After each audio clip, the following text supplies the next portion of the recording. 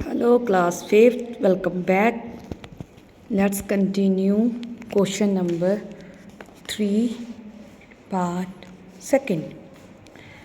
तो इस क्वेश्चन में क्या करना है 69, 117, 149 का हमने HCF निकालना है जिसके रिमाइंडर जो है 5 आ रहा है तीनों केस में। तो HCF निकालने से पहले हमने तीनों नंबर से 5 माइनस कर लेना है, ठीक है।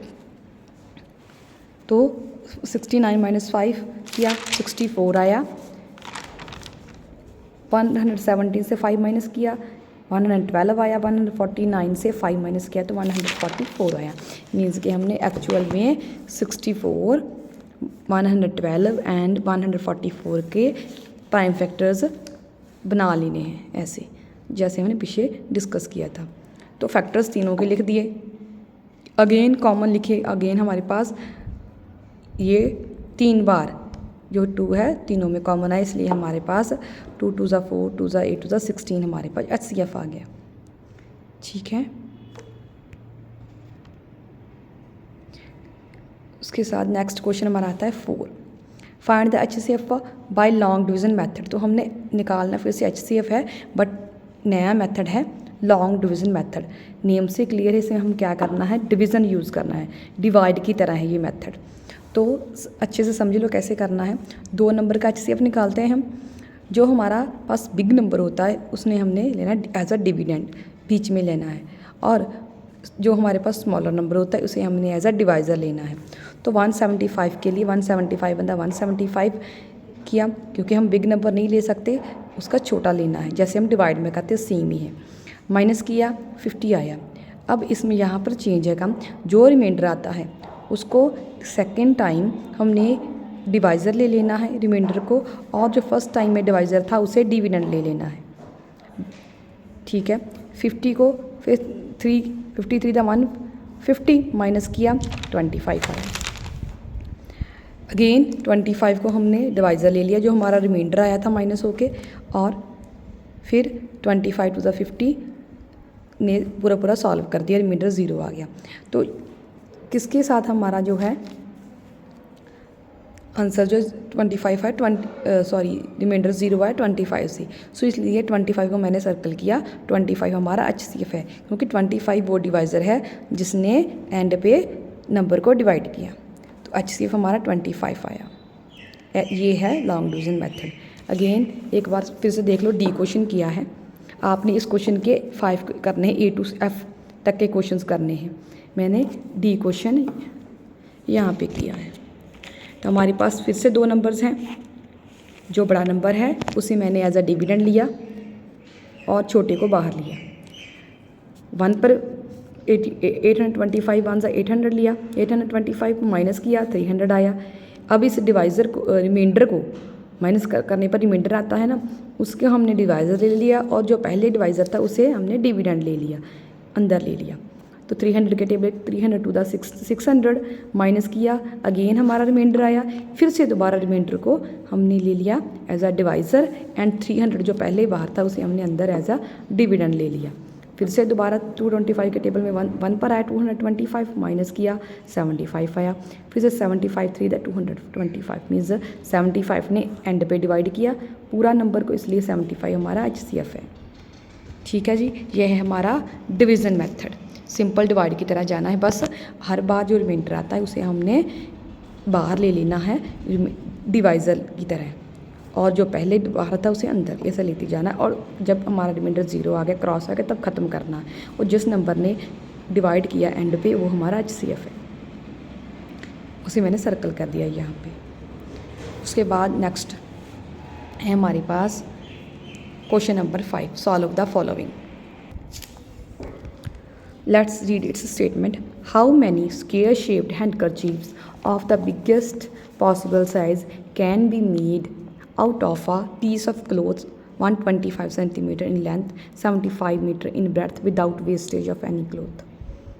तो हमने 125 सेंटीमीटर लेंथ और 75 ब्रेड्थ के साथ हमारे पास एक पीस ऑफ क्लोथ है, हमने बिगेस्ट पॉसिबल साइज़ के हैंडकरचीफ उसमें से कट करने हैं, और कोई भी कपड़ा वेस्ट नहीं होना चाहिए, और बताना है कितने स्क्वायर शेप के हैंडकरचीफ बनेंगे।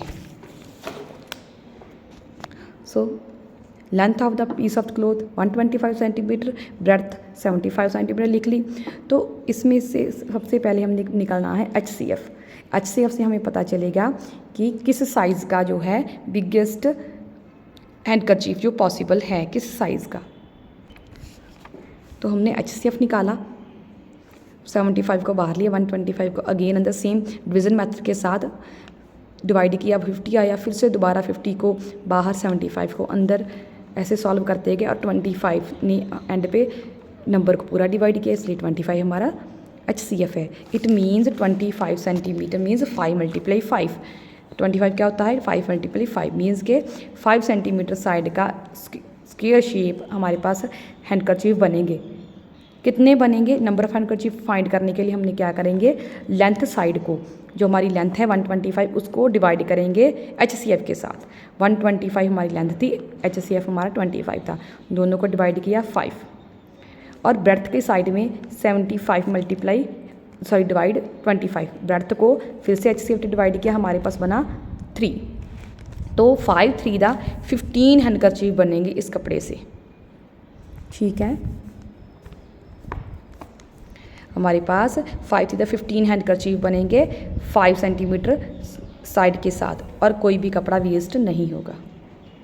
ठीक है जी, नंबर ऑफ हैंडकरचीफ 15 बनेंगे। उसके बाद सेकंड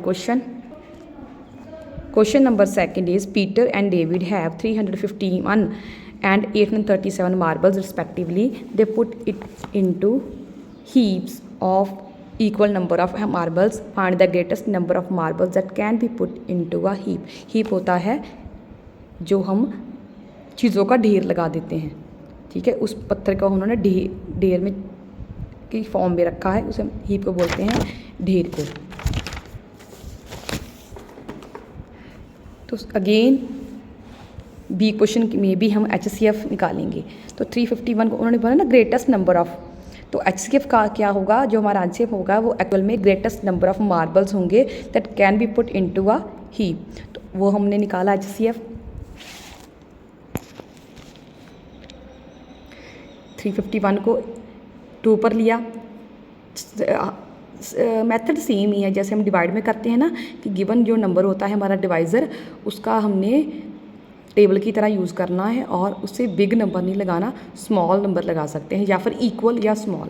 तो 351 के लिए हमने 2 पर 702 लगाया, माइनस किया, तो ऐसे रिमाइंडर आते गए। हमने पहले ही सॉल्व ये मेथड डिस्कस किया है, ऐसे ही जो करते हैं ना, मैंने सॉल्व किया है, आप ऐसे देख लेना। तो हमारा 27 हमारा अगेन HCF आया। Question number C, there are 154, 126, 112 students in class 3rd, 4th and 5th of a school. Find the greatest number of students that can be made to stand in rows having equal number of students in each.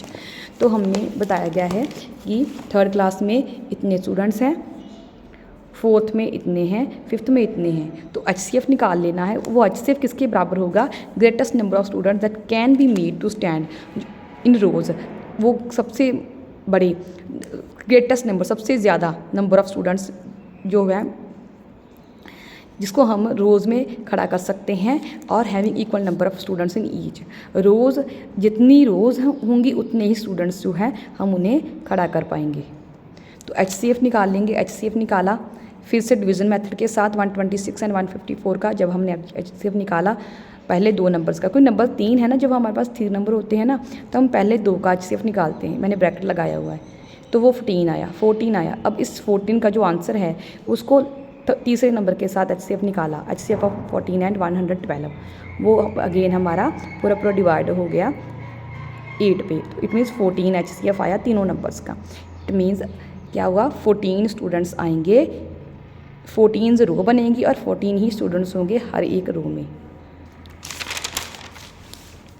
Question number D, what will be the side of the greatest square that can be used to cover a floor of 33 centimeter long and 14 meter 30 centimeter wide exactly. Length of the floor is equal to 33 meter, centimetre में change कर लिया, 1 metre में 100 centimetre होते हैं। It means 33 metre को 3300 centimetre लिख लिया। 14 breath है 14 मीटर 30 सेंटीमीटर, तो 14 मीटर बन गया 1400 सेंटीमीटर, 30 ऐड हो गया, तो हमारे पास ब्रेथ आई 1430 सेंटीमीटर। HCF निकाला दोनों का। HCF फिर से डिवीजन मेथड का यूज़ किया, जो हमने HCF निकाला ना वो आया 110 HCF है means 110 centimetre in metre form, 1 metre 10 centimetre जो है साइड की स्क्वायर शेप्ड टाइल जो है लगेगी। सबसे बिग साइज़ की जो है पॉसिबल है वो 110 सेंटीमीटर साइज़ की स्क्वायर शेप टाइल लग सकती हैं। तो question number E 3 drums, question number E 3 drums contain 90 liter, 108 liter, 144 liters of milk. The milk is measured by a bucket. Each time no milk is left in each drum. What is the greatest capacity of the bucket? तो हम जो 3 drums है ना उसमें दिया गया है 90, 108 and 144 litre जो है मिल्क है। तो हमने इसका HCF निकाल लिया। अगेन पहले 2 नंबर का HCF निकलेगा, जो आंसर आएगा उसको तीसरे के साथ HCF दोबारा से निकालेंगे। तो 90 और 108 का जब HCF निकाला तो वो हमारे पास आया 18। फिर से दोबारा हमने HCF निकाला 18 एंड 144 का, वो दोबारा से 18 ही आ गया। तो ग्रेटेस्ट कैपेसिटी हमने बताना है कि सबसे ज़्यादा बिगेस्ट पॉसिबल ग्रेटेस्ट कैपेसिटी उस बकेट की क्या है, वो है 18 लीटर। ठीक है जी, that's all for today. With this your exercise 3.3 completed. Thank you. Please note down it on your notebooks. Thank you and have a nice day.